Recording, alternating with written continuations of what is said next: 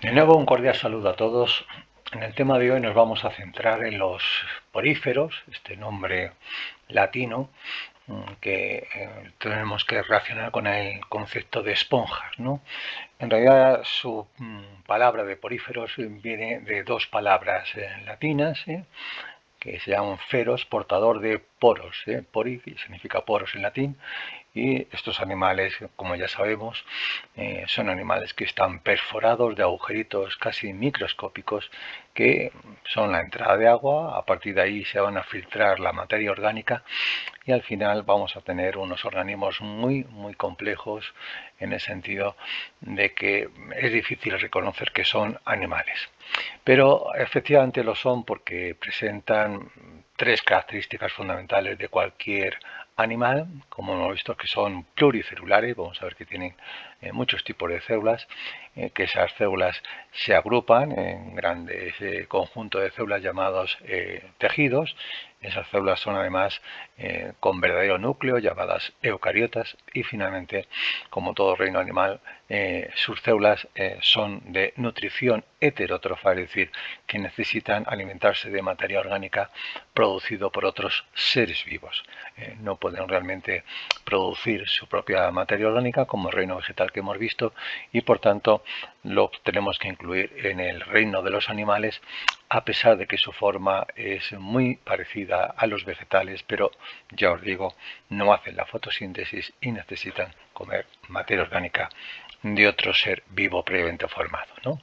A partir de ahí el reino animal pues presenta muchas diferencias, y los poríferos tienen como 5 o 6 características muy peculiares que lo diferencian completamente de otros filum del reino animal. Vamos a ver un poquito en nuestro libro de texto que tenemos aquí, sobre la página 68 del tema 4. Vamos a ver cuáles son las 5 o 6 características fundamentales de cualquier esponja.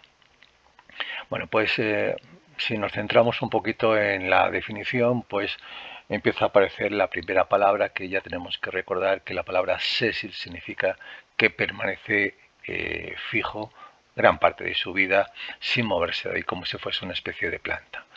Son animales sésiles, son animales fijos, y eso nos choca porque el reino animal siempre lo asociamos a organismos que se están moviendo constantemente buscando precisamente ese alimento. Ellos realmente quedan fijados ahí y se busca la vida para filtrar, ya veremos, la materia orgánica en el sitio donde se encuentre. Sería, por tanto, la primera gran característica de estos animales, que son filtradores o sésiles. Su segunda característica es que no presentan una forma característica, presentan una simetría prácticamente inexistente, llamada asimetría. Son animales de cuerpo asimétrico, significa que no podemos dividirlo ni en dos, ni en tres, cuatro o cinco partes iguales, y por tanto no podemos hacer un dibujo exactamente correcto. Aquí nos ponen una esponja que es completamente simétrica. En principio, haciendo un corte en la parte central, podíamos intuir que presenta esta simetría. En realidad esta esponja solamente es un dibujo esquemático y no hay ninguna esponja tan perfecta como si fuese un vasito aparentemente de una copa llena de células. Pues estas esponjas ya veremos que no presentan esta simetría bilateral, sino que es un cuerpo completamente asimétrico. Sería segundo característica de las esponjas su asimetría.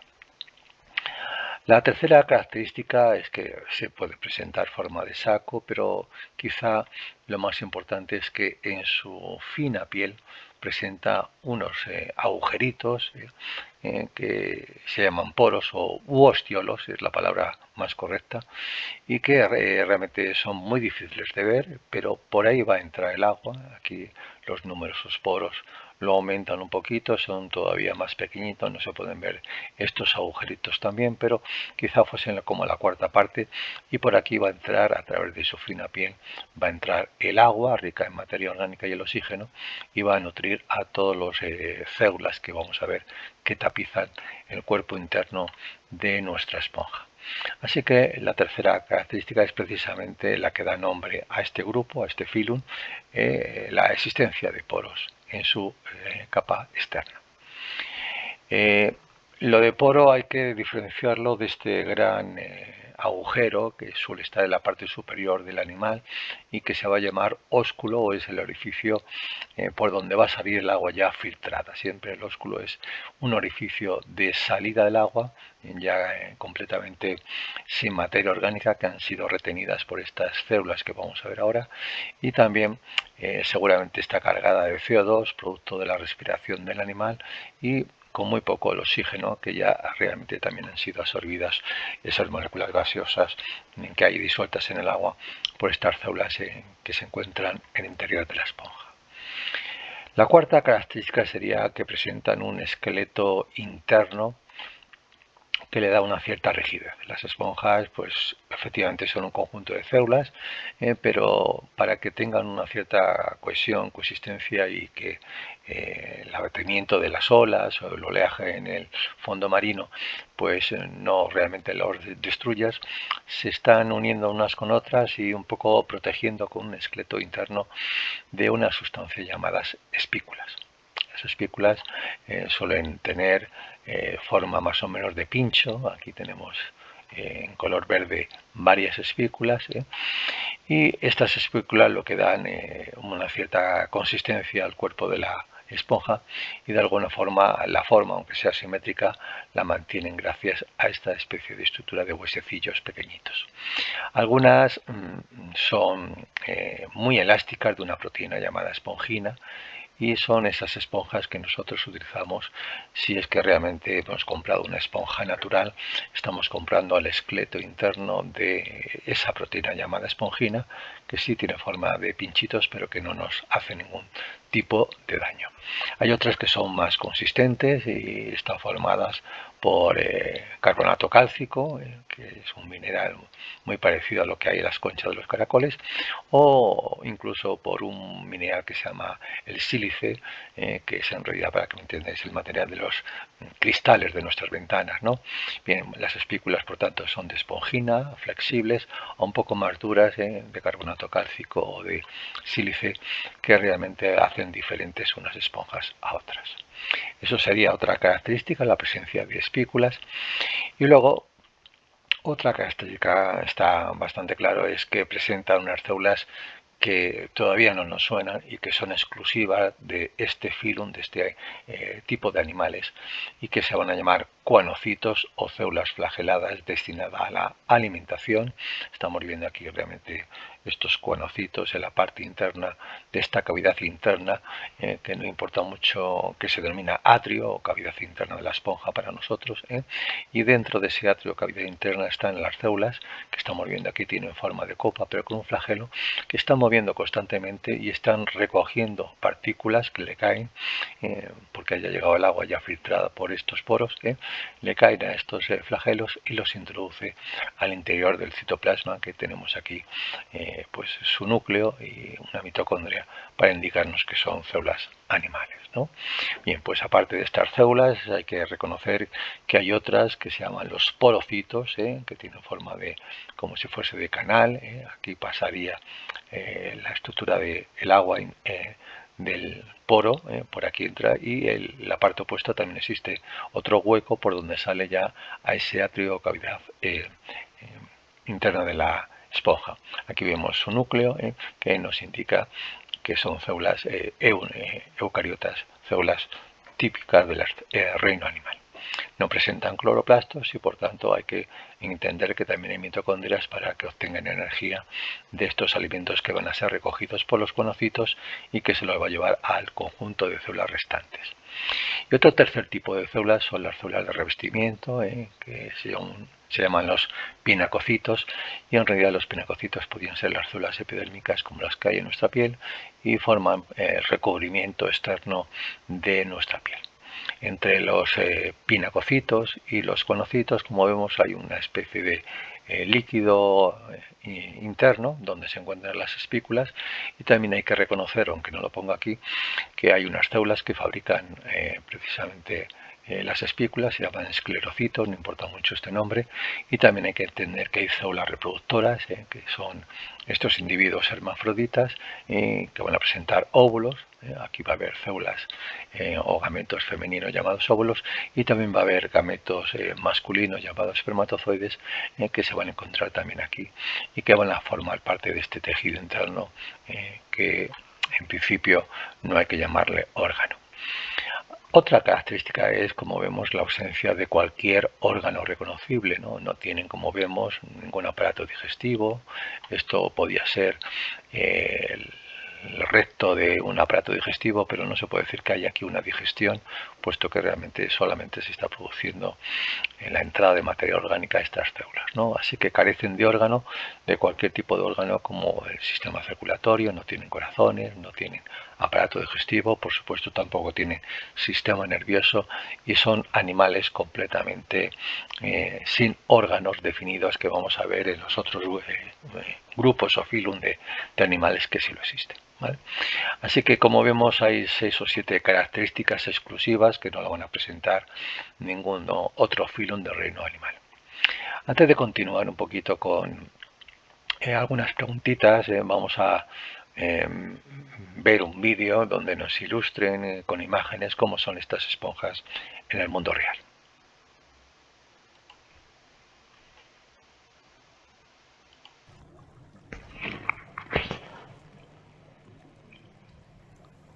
Muy a menudo se asocian los conceptos organismo animal y capacidad de locomoción. Es decir, se cree que los animales siempre se pueden mover. Esto es cierto en el caso de los organismos terrestres, pero al dar un vistazo a los acuáticos, se ve que hay animales casi inmóviles que viven pegados al sustrato o sobre otros organismos. Curiosamente, algunos no parecen animales. Uno de estos casos es el de las esponjas. Hay esponjas en casi todos los ecosistemas acuáticos, ya sea en los ríos, en los lagos o en el medio marino. Nosotros nos centraremos en las esponjas marinas. Es posible encontrar esponjas en las rocas bien iluminadas. Aquí incluso hay especies que tienen relaciones de simbiosis con algas unicelulares, pero mayoritariamente las esponjas viven en zonas de penumbra o en zonas oscuras. Es muy fácil verlas en las paredes umbrías de las rocas, en las grietas y dentro de las cavidades submarinas.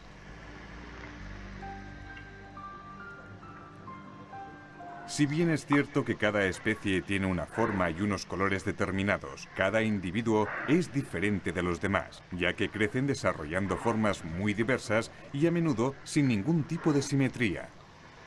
Por ejemplo, aquí vemos diferentes ejemplares de Axinella polypoides. Tienen un color similar entre naranja y amarillo, pero las formas de cada individuo son muy variadas. Las observaciones que hacen los científicos en la parte más profunda de la plataforma continental y en las paredes de los cañones submarinos muestran que las esponjas también son bastante abundantes a más de 200 metros de profundidad. En estos ambientes las encontramos en lugares donde no pueden quedar enterradas por los sedimentos que caen continuamente desde las capas más superficiales. Por eso es habitual que vivan en paredes verticales. Pero, ¿cómo son las esponjas? Las esponjas son los organismos animales pluricelulares más antiguos y que tienen una estructura más sencilla. Si se hacen algunos cortes en un trozo de cualquier esponja, de las que llegan hasta la playa debido a los temporales, se puede ver que dentro de su cuerpo hay una matriz más o menos rígida. El cuerpo de las esponjas está formado por capas de células diferentes y unas espículas o fibras a modo de esqueleto interno que le dan un cierto grado de rigidez. La composición de estas fibras varía según las especies. Esta matriz, que está formada por diferentes tipos de células y espículas, está llena de cavidades y de canales que se comunican unos con otros. Entre todos, forman una red muy compleja. Es el llamado sistema acuífero. La superficie de las esponjas tiene unos microporos llamados ostiolos. Son tan pequeños que no pueden verse a simple vista. Los ostiolos son el punto de inicio de este sistema acuífero. Los conductos van ampliando su diámetro y finalmente acaban desembocando en el exterior por los ósculos, que son unos agujeros muy visibles en la mayoría de las especies.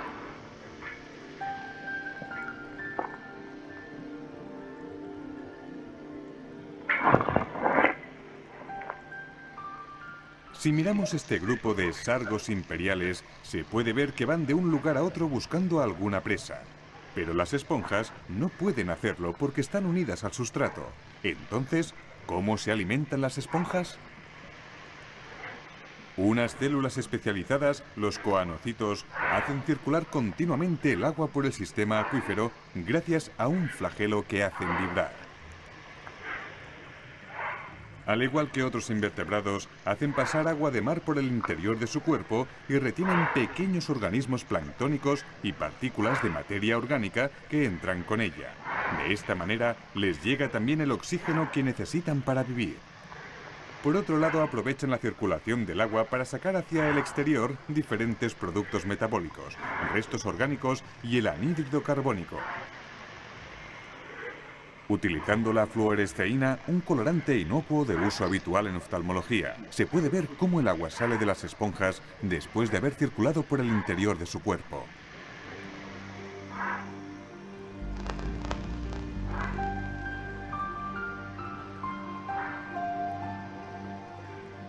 Ya que son animales casi inmóviles y no pueden alejarse de los peligros, parece que deberían ser una presa fácil para los depredadores. Pero no es así. Las esponjas tienen mecanismos de defensa muy sutiles, pero de gran eficacia. Un ejemplo es la capacidad de segregar sustancias químicas tóxicas con las que rechazan a los agresores. Son mecanismos de defensa química que evitan los ataques de otros organismos. Pero a pesar de ello, las esponjas tienen algunos depredadores. La vaquita es un buen ejemplo. A menudo se ve a estos nudibranquios situados encima de algunas especies de esponjas, royéndolas lentamente. En estas imágenes se pueden ver juntos esponjas y otros organismos. Todos tienen líneas de contacto entre ellos. Aunque no lo parezca, aquí se está produciendo una lucha lenta pero implacable por disponer de superficie en el sustrato. Cada uno de estos individuos quiere tener el máximo de espacio posible para desarrollarse. Los productos metabólicos y químicos tóxicos que segregan muchos de estos organismos sirven tanto para impedir el asentamiento sobre el sustrato de nuevas larvas de invertebrados como para destruir a los organismos que tienen a su lado y con quienes entran en competencia. Pero no todos son rivalidades. Es el caso de este gusano que captura las partículas y sedimentos que se pegan al cuerpo de la esponja. Tienen una relación de comensalismo. El gusano limpia la esponja y la esponja lo protege. También hay organismos que se aprovechan de las esponjas para disimular su presencia. Si nos fijamos bien, se puede ver que esta esponja está recubriendo el caparazón de un molusco bivalvo al que camufla completamente. Seguramente los dos sacarán algún beneficio de esta relación. Cuando el molusco detecta algo extraño a su alrededor, cierra las valvas bruscamente.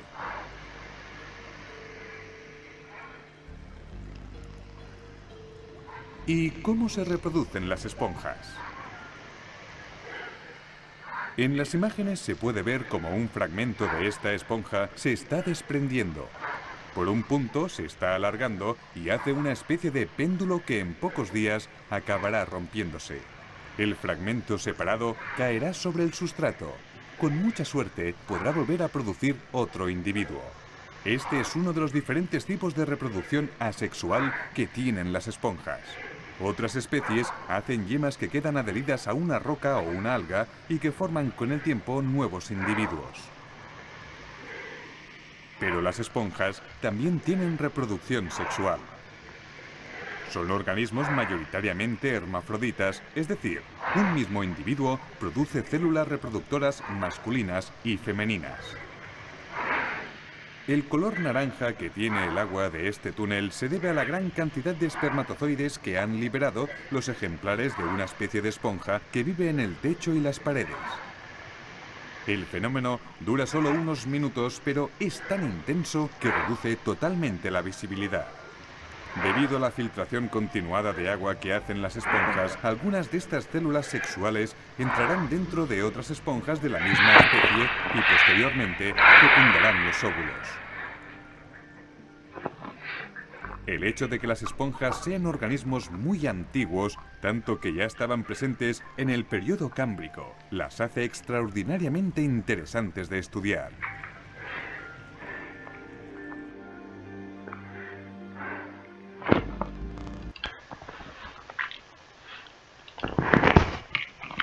Bien, dejamos este vídeo y nos centramos un poco en imágenes de mejor definición que el vídeo. Como vemos, aquí tenemos diferentes tipos de imágenes. Solamente es necesario en Google pinchar poríferos y en imágenes nos vamos a encontrar un montón de imágenes. Como vemos que aunque tienen una aparente simetría bilateral, pues es difícil hacer una división por el centro y que sus dos partes sean iguales, ¿no? Pero se ven claramente formas de saco que tienen en su parte superior una gran abertura que hemos llamado el ósculo, y es la zona por donde el agua ya sale filtrada y con los gases respiratorios intercambiados. Se rica en CO2, producto de la actividad celular de estos coanocitos que hemos visto, que son sobre todo los que consumen mucho oxígeno, y ricos en CO2, este agua que sale porque han dejado ese gas respiratorio a esa cavidad interna que hemos llamado atrio o cavidad de la esponja. Todos tienen su ósculo en la parte superior y es fácil reconocerlos por esas formas más o menos agujeradas en las zonas superiores, ¿no? Luego tenemos un cuerpo que, si nos fijamos aquí, parece que tienen perforaciones. Aquí no se ven demasiado bien porque hay que acercarse mucho a ellas, pero en su parte externa está llena de poritos, de poros, agujeros más o menos pequeñitos por donde entra el agua. El agua entra ya rica en oxígeno y materia orgánica, y a través de estos huecos que se llaman ostiolos, pues va pasando, y las células que realmente forman ese canal se llaman los porocitos o células en que forman poros. Aquí tenemos más esponjas, como vemos algunos tienen coloraciones amarillentas, rojizas. Aquí nos habla de un porífero, pero es claramente erróneo. Esto no es un porífero, aunque tenga una aparente boca central, un ósculo que por donde podría ser el agua, pero aquí vemos unos tentáculos y se trata de una anémona de mar, que en realidad tenemos que recordar que corresponde a otro grupo de animales que hemos llamado los nidarios o pólipos y medusas, como en este caso la pólipo es una anémona de mar. El resto de las imágenes sí parece que son de esponjas, que como vemos ya nos es fácil de reconocerlas, porque aunque tengamos diferentes coloraciones, todas tienen esos ósculos muy característicos. Y aquí veo yo las esponjas naturales, que a lo mejor en algún momento de vuestra vida las habéis visto, o bien en tiendas o en cualquier supermercado, o de uso personal, y como vemos son muy parecidas a las sintéticas que tenemos para bañarnos, pero estos son esponjas naturales donde tenemos el esqueleto interno de esponjina. Su textura es muy parecida a las esponjas sintéticas, que son de plástico, pero que tienen quizá la capacidad de no producir ningún tipo de alergia. Cuando una persona tiene alergia a los plásticos, pues se le recomienda que no se compre las sintéticas, que son muy baratas, y que se vaya a la farmacia o un gran supermercado donde va a encontrar un tipo de esponjas naturales que actúan perfectamente recogiendo el agua, como sabemos, y expulsándola por los diferentes poros que están comunicados entre sí. Esto sería una auténtica esponja natural, que ya prácticamente no se venden porque son mucho más caras que las artificiales. Como veis, son muy diferentes entre sí, y hay unas 5.000 especies de esponjas que en realidad tienen esas características comunes que hemos visualizado previamente. Volvemos un poquito a nuestro libro y vamos a ver un poquito lo que nos quedaba por ver, alguna característica adicional, ¿no? La reproducción, pues la hemos visto en el vídeo, que puede ser sexual, donde generalmente los individuos son hermafroditas, es decir, en el mismo cuerpo de la esponja, en su interior, hay óvulos femeninos y espermatozoides masculinos. Por lo general el individuo libera los espermatocitos masculinos y a través del agua van a llegar a otra esponja donde van a introducirse a través de esos poros y van a llegar a acercarse a los óvulos femeninos de otra segunda esponja y ahí se va a producir la fecundación, saliendo unas pequeñas larvas, si queréis unas células que tienen forma de pequeños gusanitos y se van a ir al medio externo a través del ósculo, donde se van a fijar al suelo y van a formar una esponja que va a tener las características de los dos tipos de esponjas de los cuales proviene, esos gametos que han salido en el agua y esos óvulos que estaban en una segunda esponja, pues son de animales diferentes y los hijos que salen, los individuos restantes, pues serían una mezcla genética de los dos progenitores. Pero puede haber una reproducción asexual que es la mejor reproducción asexual como ejemplo de todo reino animal. Sabemos que, por ejemplo, las estrellas de mar tienen una reproducción asexual por fragmentación. Un bracito de la estrella de mar se puede cortar y se puede regenerar completamente una esponja. Pero la reproducción asexual por fragmentación de las esponjas es mucho más clara. Cualquier trocito, por pequeño que sea, puede regenerar una nueva esponja y sería muy fácil dividir una esponja en 100 fragmentos y vamos a tener con toda seguridad unos 100 esponjas que son, en este caso, genéticamente iguales al fragmento o trocito que hayamos cortado. Bien. Así que vamos un poco a hacernos algunas preguntitas sobre la teoría y el vídeo que hemos visto, a ver si somos capaces de explicar las 6 o 7 diferencias de las esponjas. La pregunta número 7 de la página 68 nos cuestiona ¿qué papel desempeñan los flagelos de los conocitos en la alimentación de los poríferos? Hemos visto que ese papel es mover un flagelo y recoger la materia orgánica que está en suspensión por ese agua que ha entrado al atrio en donde se encuentran estos conocitos, ¿no? Los flagelos van a introducir esa materia orgánica y van a alimentar estos conocitos y cuando les sobre cierta cantidad de esa materia orgánica va a ser trasladada al resto de las células que hemos visto, como los porocitos o las células reproductoras que estamos viendo que son típicas del reino animal. En la cuestión número 8, ¿cómo se reproducen las esponjas? ¿Son inmóviles a lo largo de toda su vida? Razona la respuesta.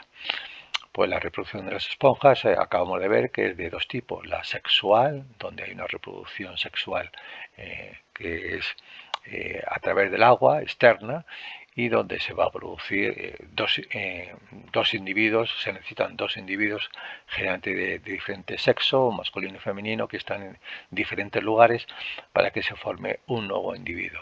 Pero también hemos visto que la reproducción es asexual, donde un solo individuo, da igual que sea masculino o femenino, pues realmente se puede fragmentar un trocito y puede formar un individuo genéticamente idéntico a la esponja de donde venga. ¿Son inmóviles? Prácticamente son sésiles, hemos visto en la mayor parte de su vida, pero hay que entender que cuando se produce la reproducción sexual, el primer óvulo fecundado forma una especie de célula llamada plánula, que son células alargaditas como un gusano que se salen de la esponja femenina fecundada y llegan al sustrato del suelo marino o del medio acuático dulce, también existen en esponjas de ríos, y termina transformándose esa pequeña larva en una esponja normal y corriente. Bien, aquí tenemos otro filum, vamos a ver si al final del tema encontramos alguna cuestión relacionada con los poríferos que estamos hablando y quizá luego hagamos algún ejercicio más.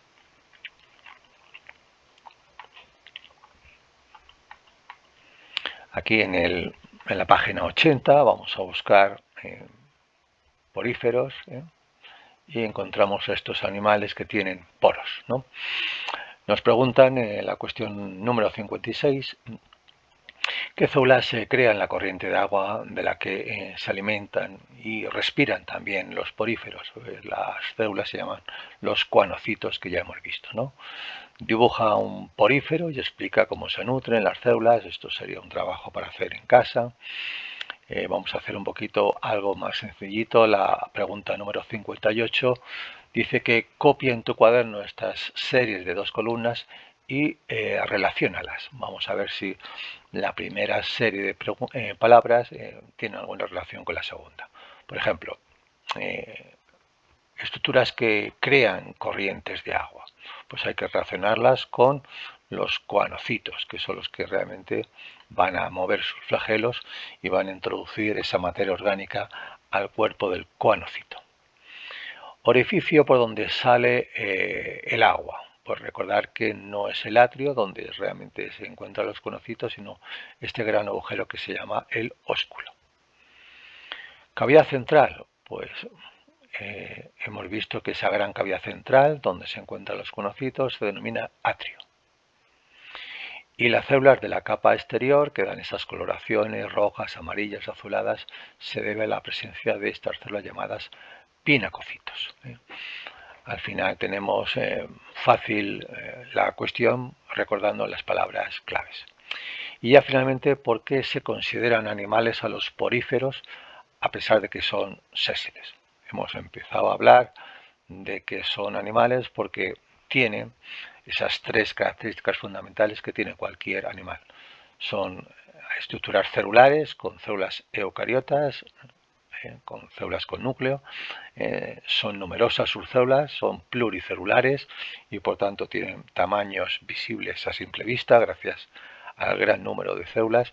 Y la tercera característica de un animal es que sus células tienen la nutrición heterótrofa, es decir, que son incapaces de formar su propia comida y que necesitan comerse a otros seres vivos, vivos o muertos, para poder alimentarse. Hetero significa distinto, trofos, que se alimentan de otros seres vivos, sean animales o vegetales, ¿no? Y hemos visto que son los coanocitos los que realizan esta función. Bien, vamos a ver un poquito algún ejercicio más de internet donde nos ilustre más sobre las características de los coanocitos. Nos vamos a esta página y encontramos un cuestionario que suele tener nuestro nivel de complejidad. Y nos preguntan en la primera cuestión, el término porífero significa, recordar, son animales poro, fero, que llevan poros y por tanto va a encontrarla en esas 4 posibles respuestas. Animales primitivos, de luego lo son, pero no significa poríferos, ¿no? Cuerpo en forma de saco, es un poco subjetivo lo del saco, lo son, pero porífero no significa eso. Animales de cuerpo blando, en realidad son típicos de los moluscos. Y un cuerpo cubierto de poros es la respuesta correcta. La pinchamos y si no nos sale ningún señal de que nos hemos equivocado, pasamos a la siguiente cuestión por estar correcta. El esqueleto de las esponjas está formado por un caparazón, no parece típico, sino un esqueleto de tipo interno. No poseen esqueleto, esto no es correcto. Presentan espículas, sí, pero pueden ser espículas o esas fibras de esponjina que son las que hemos visto en las esponjas naturales. Las espículas, recordar, podrán ser de carbonato cálcico, un mineral también muy duro, o de sílice, que es el material, recordemos, que está en los cristales. Pinchamos esta opción y efectivamente nos da la siguiente pregunta. Las esponjas son animales acuáticos y terrestres. De luego son acuáticos, pero no se conoce ninguna esponja terrestre por la sencilla razón de que a través de sus poros no podría entrar esa materia, ese agua rica en materia orgánica. ¿Son de agua dulce y de agua salada? Efectivamente, la mayoría son de agua salada, de océanos y mares, de agua salada, pero hay algunas esponjas de agua dulce en los ríos y lagos. ¿Son exclusivamente marinas? No es correcta, y son de agua dulce tampoco, así que pinchamos esta opción que es la más correcta. La número 4 nos preguntan, ¿son depredadoras son autótrofas, es decir, hacen como las plantas la fotosíntesis, no se alimentan difícilmente y son filtradoras, pues efectivamente los conocitos filtran esa materia orgánica en suspensión y por tanto no es que sean depredadoras, que significan que se comen a otras presas vivas, sino que filtran el agua con su materia orgánica de otros organismos y la extraen a través de sus conocitos. La número 5 dice, las células con las que se alimentan las esponjas se llaman amebas. Las amebas son unos organismos que son unicelulares y que se mueven. En realidad no hemos hablado, pero sí presentan células ameboides que se llaman, que realmente se van a transformar en todas las células que hemos visto en las esponjas. Pero no son precisamente las células ameboides las que se mueven dentro de la esponja las que dan lugar a la alimentación. Sabemos que se llaman los conocitos y por tanto nos vamos a esta opción rápidamente. La número 6 dice, las células, la reproducción de las esponjas es sexual, desde luego que sí, a través de organismos hermafroditas. Es asexual también, es decir, a través de la fragmentación de partes de su cuerpo. Es sexual y asexual a la vez, esta es la correcta. Y luego, un organismo que no se reproduzca no puede ser un ser vivo y por tanto debería rechazarse de plano esta. Nos vamos a la correcta y pasamos a la siguiente cuestión, donde nos pide que las esponjas se clasifican según su color. No parece que sea así, no hemos hablado mucho de la clasificación, pero más bien se clasifican según su forma. Hay tres tipos de formas, el tipo de esqueleto también las clasifica y donde vivan. Pues la clasificación generalmente es por el tipo de esqueleto y vamos un poco a pincharla, pero la forma de las esponjas depende de su alimentación, de dónde vivan, de la temperatura del agua y del espacio. Es muy importante saber que una esponja cambia de forma según la posición donde se encuentre, ¿no? Suelen buscar zonas más que el suelo, las zonas de rocas, sobre todo las que estén en pendientes para evitar que los sedimentos marinos las sepulten y generalmente adoptan formas según donde se fijen. Así que esta es la correcta. Pasamos efectivamente a la número 9 y nos preguntan cuántas especies de esponjas se conocen. Creo recordar que son unas 5.000, 10 podría ser también, 20.000, 50.000, creo que son 50.000 las que se han clasificado actualmente por los científicos. Y pasamos por tanto al cuestionario ya completo, donde vemos que las preguntas no eran muy difíciles, salvo un par de ellas que estaban al final. Bien, aquí tenemos una ficha que ya quizás supere la complejidad de nuestro tema, pero vamos un poco a visualizar fichas informativas que se suelen utilizar en las actividades de desdobles de laboratorio. Bien, aquí tenemos una esponja, una especie de saco bastante simétrico, cosa que sabemos que no es así, pero nos salen ya palabras que nos recuerdan fácilmente a qué están hablando. El ósculo es esa cavidad superior muy grande, visible perfectamente por donde sale el agua filtrada que estamos aquí viendo, que son estas flechas de color verdosa, ¿no? El agua, como vemos, entra por estos pequeños poros que se llaman ostiolos, y que están realmente comunicando con esta cavidad interna que hemos llamado el atrio, ¿no? Aquí el atrio no viene, pero sí esta cavidad, viene aquí el atrio y es por donde realmente ya llega estas células. Si nos fijamos, al lado de la palabra atrio está otra palabra que nos suena mucho, que son los cuanocitos. Los cuanocitos son estas células que tienen una célula más o menos esférica, pero luego tiene una especie de coana, koana significa tubito, y ese koana o tubito presenta un flagelo que está moviendo y que cuando atrapan la materia orgánica que viene en este agua filtrada, rica en materia orgánica y oxígeno, la introducen en la célula para que se nutre. Así que los conocitos son esta cavidad de células que revisten el atrio y que tienen, como sabemos, esa doble función de no solamente atrapar la materia orgánica, alimentación, sino también la respiración. Por aquí respiran porque se está introduciendo el oxígeno a través de estos guanocitos.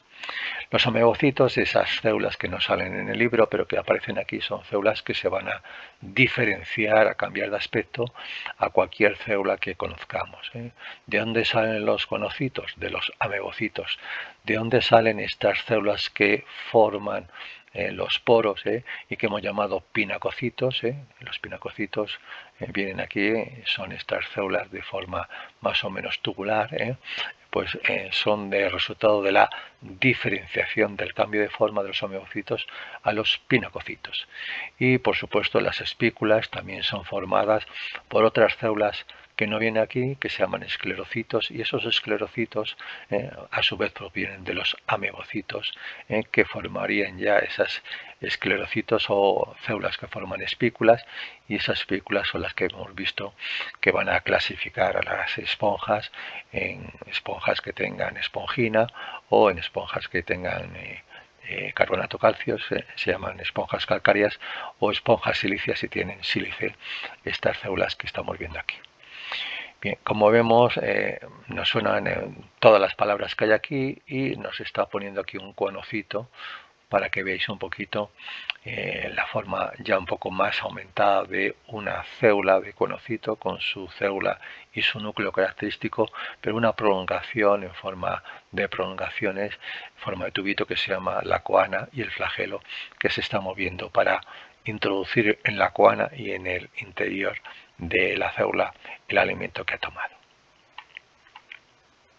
Aquí nos vuelven a poner en color los diferentes tipos de células. Hemos visto que la pared externa está recubierto de estas células aplanaditas, que se llaman los pinacocitos.